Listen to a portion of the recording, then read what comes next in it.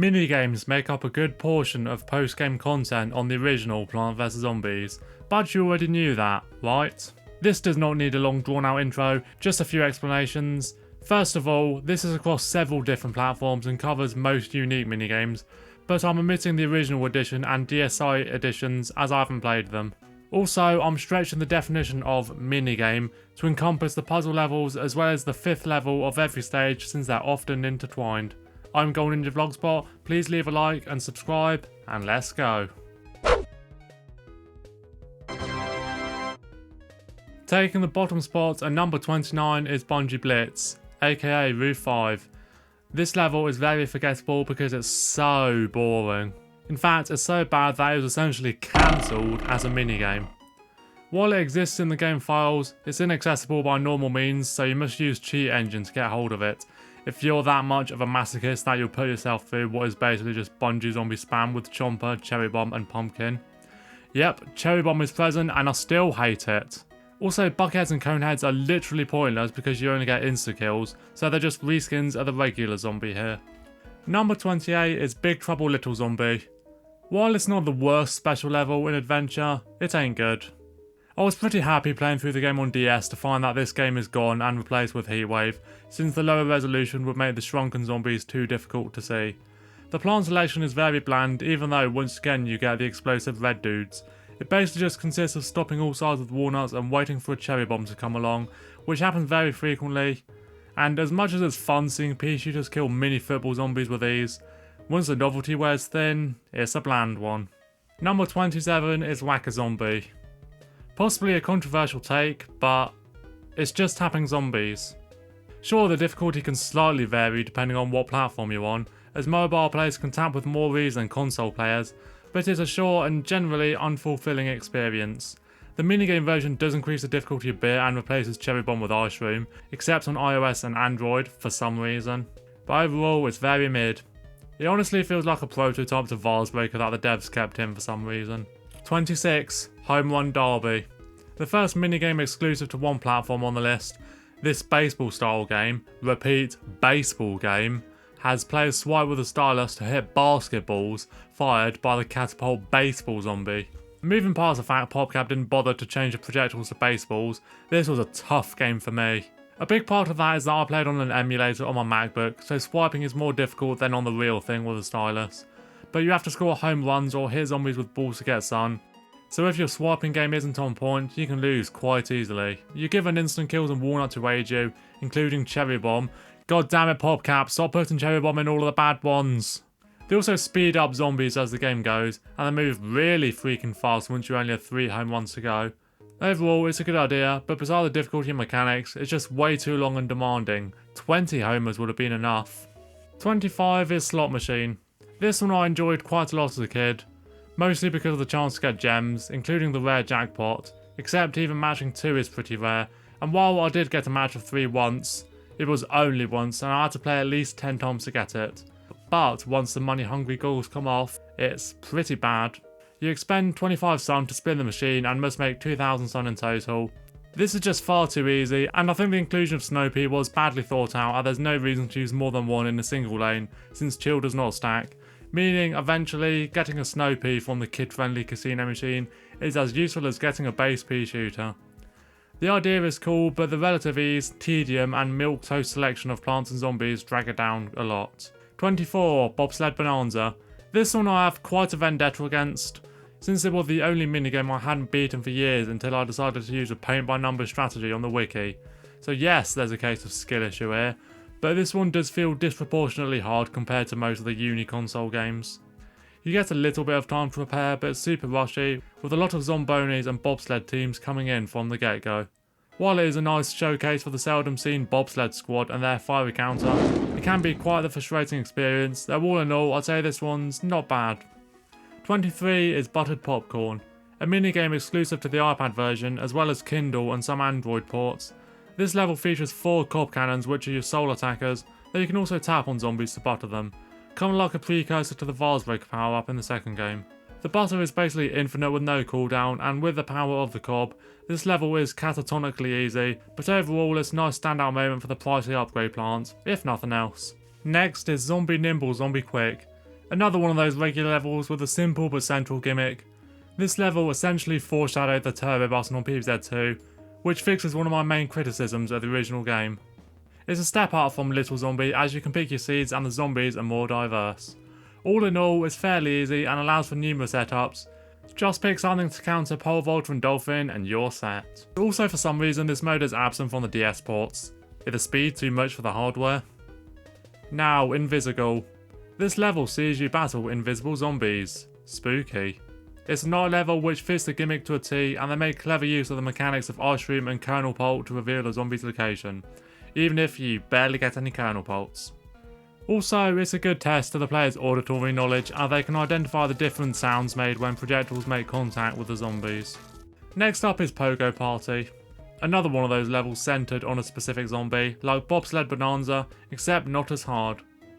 You're pitted against an onslaught of pogo zombies, so the obvious play is to use Tornuts and Magnet Rooms, but some versions have an achievement unlocked by beating this level without Pogo's main counters, so that's a fun challenge. Also, it foreshadowed the average pea-shooter player style in the shooter games.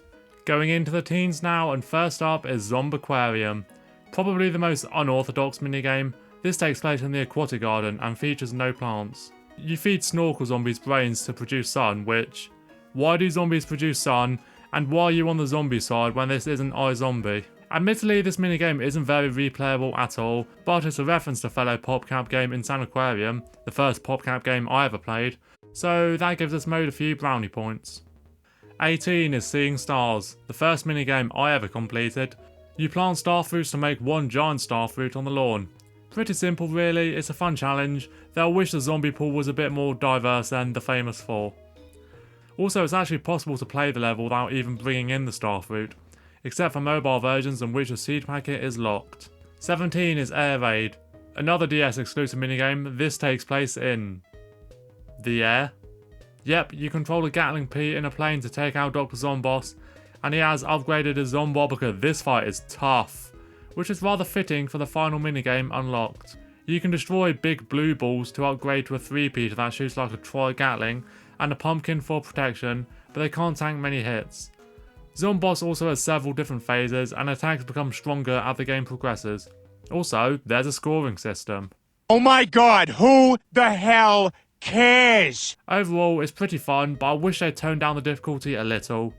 Especially because you've pretty much lost if you touch an ice ball just once. 16 is ZomBotany, one of the most renowned minigames in PVZ. This mode features zombie plant hybrids, namely zombie pea-shooters which fire at your plants and zombie walnuts, which are basically buckethead reskins. It emphasises the importance of defensive plants, although you can just use the perfume cheese since the pea zombie projectiles can't hit them.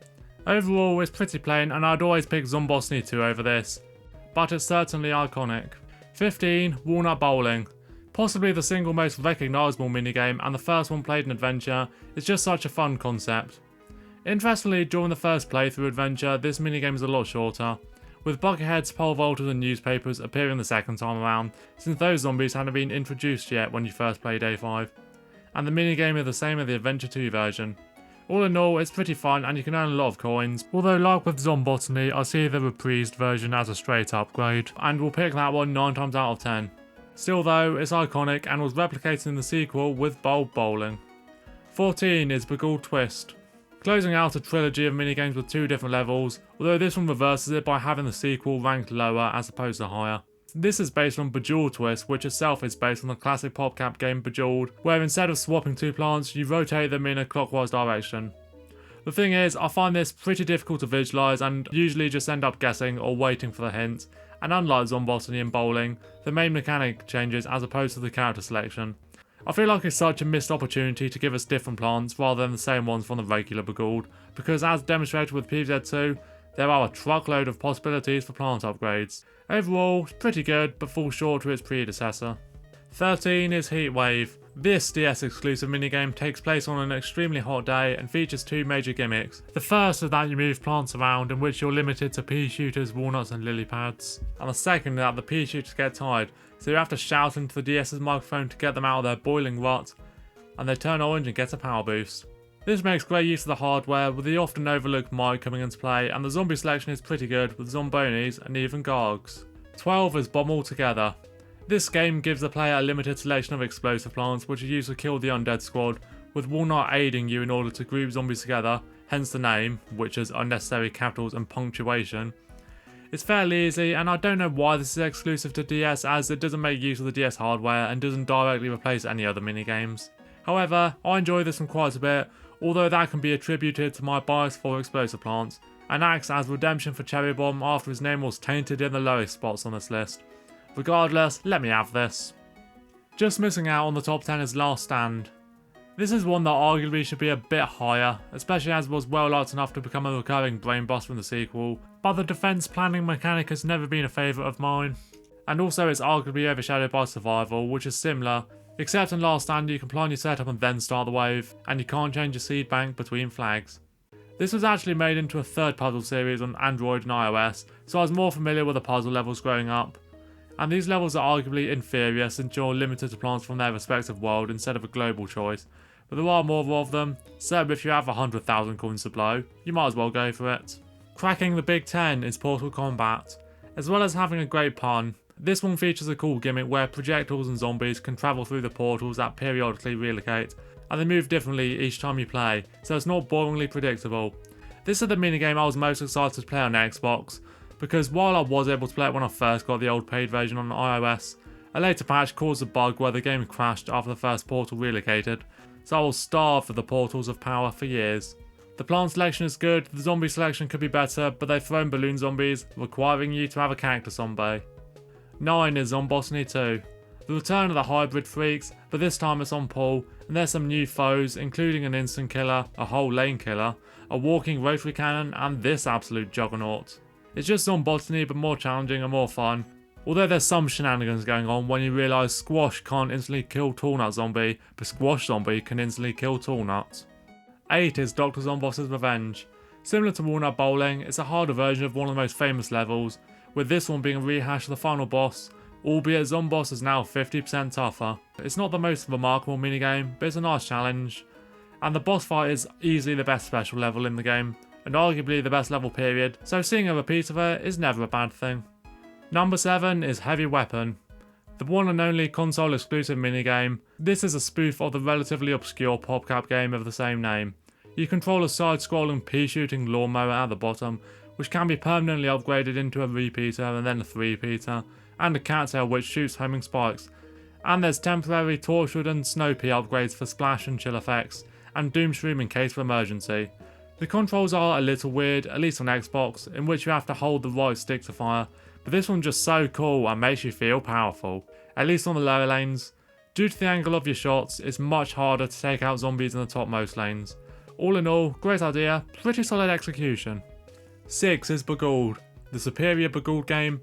It's a great parody on a classic PopCap game, the plant upgrade system is cool, and it's better than the sequel. As I've said before, I don't really need to say much else, this is just a really good minigame. Going into the top 5 is Wall-Nut Bowling 2. This is a successor to the classic Wall-Nut Bowling, with the addition of the giant walnut which rolls down the whole lane, killing everything it touches, and unlike the exploder nut, it can't be vaulted over. This is arguably easier than the first one, as you now have 2 instant killing nuts on the conveyor, but it's highly enjoyable, and plus you get Disco Stew as well, which increases the potential for combos with a regular nut. 4th place is Column Like You See 'Em. One word to describe this one: epic. You plant entire columns at once to take out a huge blitz of zombies, where the melon pulse are your primary attackers, protection is enhanced, and jalapenos are your get out of jail free cards if things get rough. This one is very replayable and probably would crack the top 3 if it wasn't for the fact it's very RNG reliant. Sometimes you get a ton of melon pole columns, other times you only get 2, which makes the level very tough to beat, but it's an excellent gimmick that works to perfection. Taking the bronze trophy is Vasebreaker. I was pretty surprised to find out that a lot of people aren't too keen on Vasebreaker, or Vasebreaker as the Americans call it, but it's one of the stronger special levels in Adventure, which features a 3-part stage that introduces the core mechanics and slowly climbs up in difficulty. But it was also adapted into a puzzle pack, and these levels are all very fun. Well, minus the atrocity that is Hokey Pokey, and the final level makes a very clever use of planting to reveal the insides of vases around it. The only real flaw with that, Endless is terrible. It's literally just a final level repeated over and over again, but it's a fun concept with great execution. though the less we talk about the pathetic excuse of a revival that we got in the sequel, the better. Silver trophy goes to its Raining Seeds, the highest proper minigame. This one I can see being debated. Yes, it's long, yes there's a ton of RNG, but it's a good long and a good RNG system. Seed packets fall from the sky on a rainy night, and pretty much every plant that isn't an upgrade plant or some producer can appear, so while symmetry enthusiasts may not be impressed, the wide selection of plants you can get means that the minigame is incredibly unpredictable and no two games are the exact same. It's those moments of relief when you get a plover or plant and that do it for me, but sometimes the game flips you the bird and gives you a sea shroom instead. Unfortunately, the minigame is absent on console versions due to the controls, and while I'm sure they could have worked around that somehow, we did get heavy weapon, so I guess it's a blessing in disguise, but overall, I bloody love this one. And taking the gold trophy is iZombie. This acts as a surprise to probably no one, except for the pedants who are against the idea of this being considered a minigame. Well, yes it technically isn't, but Vasebreaker has both a minigame and a puzzle pack, and one without the other isn't any good. So iZombie counts, damn it. Getting to play on the zombie side may sound a bit pedestrian nowadays with the equality of the two teams in Heroes and the Garden Warfare spin-offs, but at the time it was a pretty big deal, alright. You get to play Zombie God and they pit you against cardboard cutout plants because Crazy Dave is apparently okay with helping zombies invade houses as long as no plants get destroyed, like the Green Party supporter that he is. Across 9 great levels, you get to experience PVZ from the villain side, with one even letting you use a big creature against kernel poles that are seemingly modified to cause more butterfaces than an Instagram influencer that fell off. Also, unlike Vasebreaker, the Endless is actually good with several different plant setups that appear. Overall, this is probably the coldest take of the video, but PVZ1 as a whole doesn't get much better than this game mode. That's my list. Leave your thoughts in the comments below. Please leave a like, subscribe if you're new. I'm Golden Ninja Vlogspot, thanks for watching.